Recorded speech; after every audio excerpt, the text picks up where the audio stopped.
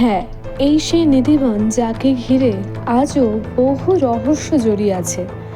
কেন রাত্রিবেলা এই নিধিবনে কাউকে প্রবেশ করতে দেওয়া হয় না? কেন আজও কেউ প্রবেশ করলে আর জীবিত ফিরে আসতে পারে না? এই সব প্রশ্নের উত্তর এবং এই নিধিবনের সমস্ত রহস্য এই ভিডিওটিতেই আপনাদের সাথে আমরা শেয়ার করব।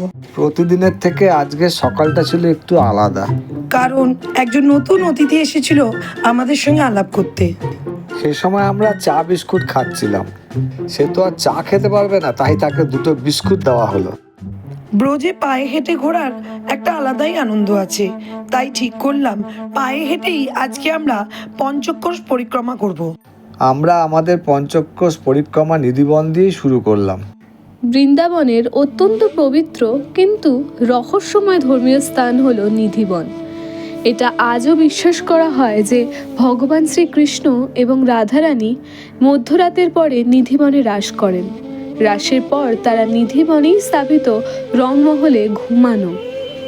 দর্শনার্থীরা শুধুমাত্র সকালবেলায় এই স্থানে প্রবেশ করতে পারেন, কারণ সন্ধ্যের পর থেকে মানুষ কেন কোনো পশু পাখিও নিধিবনে প্রবেশ করার অনুমতি পায় না। নিধিবনে প্রবেশ করার আগেই জুতো রাখার সুব্যবস্থা ওখানেই ছিল। ভেতরে প্রবেশ করে আমরা সবাই অবাক হয়ে গেলাম। এত বড় বড় তুলসী গাছ আমরা কোনোদিনই দেখিনি।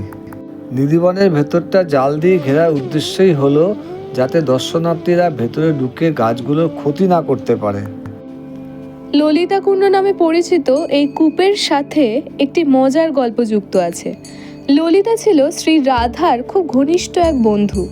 রাসলীলা পরিবেশন করার সময় তিনি তৃষ্ণার্ত হয়ে পড়েন। তার তৃষ্ণা মেটানোর জন্য ভগবান শ্রীকৃষ্ণ তার বাঁশি ব্যবহার করে এই কূপটি তৈরি করেছিলেন, যা আজ পর্যন্ত দেখতে অনেকটা ফসল কাটার কূপের মতো। ললিতা কুণ্ড দর্শন করে আমরা শ্রী হরিদাস প্রভুর মন্দিরের দিকে অগ্রসর হলাম।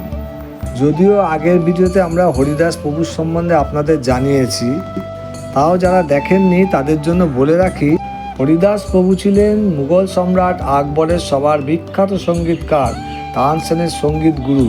নিধিবনে তিনি 12.5 বছর ধরে তপস্যা এবং সাধনা করেছিলেন। তার ভক্তিতে সন্তুষ্ট হয়ে স্বয়ং ভগবান শ্রীকৃষ্ণ এবং রাধারানী তাকে দর্শন দেন এবং দুটি মূর্তি প্রকট হয়, যার মধ্যে প্রথমটি হলো বৃন্দাবন বিহারী, যার নামে বর্তমান বৃন্দাবন। দ্বিতীয়টি হলেন কুঞ্জ বিহারী, যা বর্তমানে বাঁকে বিহারী নামে পরিচিত। বৃন্দা কথার অর্থ হলো তুলসী। এই তুলসীর বনকেই বৃন্দাবন বলা হয়ে থাকে। একসময় সমগ্র বৃন্দাবন জুড়েই ছিল এইরকম বড় বড় তুলসীর গাছ, কিন্তু এখন এই তুলসীর গাছ শুধুমাত্র নিধিবনেই দেখতে পাওয়া যায়। আমরা সচরাচর যেরকম তুলসীর গাছ দেখে থাকি বা বাড়িতে আমরা যে সকল তুলসীর গাছ রোপণ করে থাকি, তার থেকে এই নিধিবনের তুলসীর গাছ পুরোই আলাদা। তার কারণ আমাদের বাড়িতে থাকা তুলসী গাছগুলি সচরাচর শ্যাম তুলসী এবং রাম তুলসী গাছই হয়ে থাকে, কিন্তু এখানে নিধিবনে যে তুলসীর গাছগুলো আমরা দেখতে পাচ্ছি সেগুলোকে বন তুলসী বলা হয়ে থাকে। এই তুলসী গাছগুলি কিন্তু কোনো সাধারণ তুলসী গাছ না। ভালো করে লক্ষ্য করলে দূর থেকে মনে হবে কোনো মানুষই যেন মাথা নত করে দাঁড়িয়ে আছে। ব্রজবাসীদের মতে এই নিধিবনের এই গাছগুলোই কিন্তু মধ্যরাতে সখীতে রূপান্তরিত হয় এবং শ্রীকৃষ্ণের সাথে রাসে মেতে ওঠে। ঠিক এই কারণেই সন্ধ্যা আরতির পর কোনো ভক্তকে নিধিবনে প্রবেশ করতে দেওয়া হয় না। কথিত আছে ভগবান শ্রীকৃষ্ণের এই রাসলীলা যে একবার স্বচোখে দেখে নেয়, সে নয় চিরজীবনের মতো পঙ্গু বা উন্মাদ হয়ে যায়, আর নয়তো মৃত্যুবরণ করে। তার কারণ একটাই, শ্রীকৃষ্ণের ঐশ্বরিক রূপ কোনোভাবেই মানব চোখে দেখা সম্ভব না। আর যদিও বা কেউ এই অসম্ভবকে সম্ভব করেও থাকে, তাও সে পুনরায় কোনোভাবেই আর আগের মতো স্বাভাবিক হতে পারে না। হাঁটতে হাঁটতে আমরা পৌঁছে গেছিলাম বংশী চোর রাধারানী মন্দিরে। রাধারানী বংশী চোর নামে বিখ্যাত হওয়ার পেছনেও একটি গল্প রয়েছে।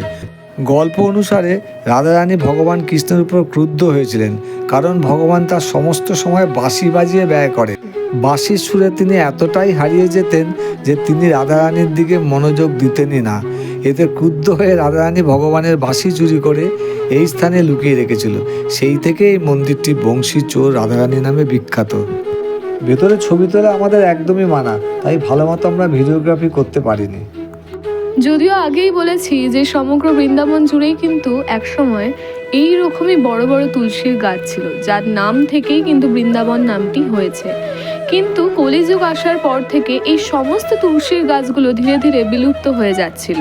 ঠিক তখনই আমাদের বাংলার নবদ্বীপ থেকে শ্রী চৈতন্য মহাপ্রভু বৃন্দাবনে পদার্পণ করেন এবং এই নিধিবনে তপস্যা করে তিনি এই নিধিবনের প্রকাশ ঘটান। শ্রীকৃষ্ণের সখীরা সর্বদা বৃন্দাবনে থাকার আর্জি শ্রীকৃষ্ণের কাছে পেশ করলে শ্রীকৃষ্ণ তাদেরকে বরদান দেয় যে তারা বৃক্ষের আকারে সারা জীবন বৃন্দাবনের নিধিবনে অবস্থান করবে।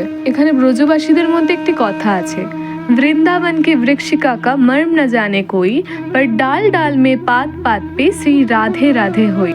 আজও নিধিবনে প্রবেশ করলে রাধারানীর উপস্থিতি সকলে অনুভব করতে বাধ্য। আমরা এগিয়ে চললাম রাসলীলা স্থলীর দিকে। এখানে আজও ভগবান শ্রীকৃষ্ণ এবং তার অষ্টসখীর সামনে নৃত্য পরিবেশন করা হয়, যেখানে ভক্তরা আনন্দে মেতে ওঠে। যেহেতু এটি রাসস্থলী নামে পরিচিত, তাই এখানে সারাদিন নাচ গানের ব্যবস্থা করা থাকে। ভক্তরা যখন খুশি এসে এখানে গান ও নাচ করে ভগবানের মন জয় করতে পারে। আমরাই বা বাদ যাই কেন? তাই আমরাও সেই একইভাবে এখানে এসে মেতে উঠলাম। নাচ করছে, দেখছে, টোটাল নিধিবনের ভেতরে আমরা রয়েছি।